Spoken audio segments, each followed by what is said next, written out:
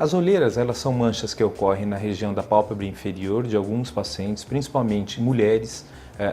descendentes inclusive de árabes, mulheres morenas, que são decorrentes de duas condições, ou alterações anatômicas da região dos olhos, em que você tem algumas bolsas mais proeminentes, ou às vezes até mesmo escavações da pele, deixando a região dessa pálpebra um pouco mais aprofundada, ou ocorre porque os vasos sanguíneos, que são pequenos nessa região, deixam o sangue sair para a região da derme e a hemácia que sai começa a pigmentar essa região de coloração escura. Existem dois tipos de olheiras, as olheiras verdadeiras, que são aquelas decorrentes da pigmentação, ou as olheiras falsas, que são aquelas decorrentes da depressão existente nessa pálpebra inferior.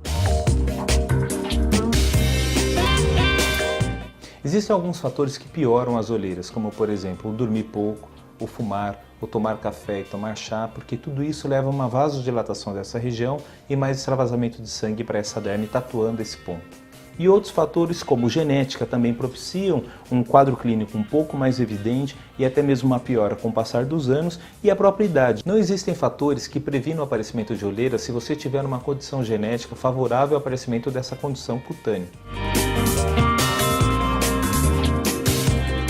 Para abordar no consultório as olheiras, nós lançamos mão de alguns equipamentos e até mesmo de alguns procedimentos, como por exemplo os peelings. Os peelings, para serem abordados nas olheiras, e não são em todos os casos de olheiras, são os peelings médio a profundos. Porém, esse é um procedimento que nós utilizamos pouco, graças ao risco de desenvolverem muito o efeito colateral, até mesmo com cicatrizes hipertróficas. O que nós utilizamos então atualmente é o peeling de ácido tilglicólico, que é uma substância utilizada até mesmo nas empresas cosméticas de alisamento e até mesmo de permanente de cabelos, que em grandes concentrações removem a pigmentação da região das olheiras e com isso dá um resultado estético muito satisfatório. Uma outra forma de abordar as olheiras é o uso dos lasers, seja até mesmo a luz intensa pulsada, no intuito de clarear essa região, ou laser com comprimento de onda vascular, no intuito de quebrar a hemoglobina e hemácia que está ali depositada.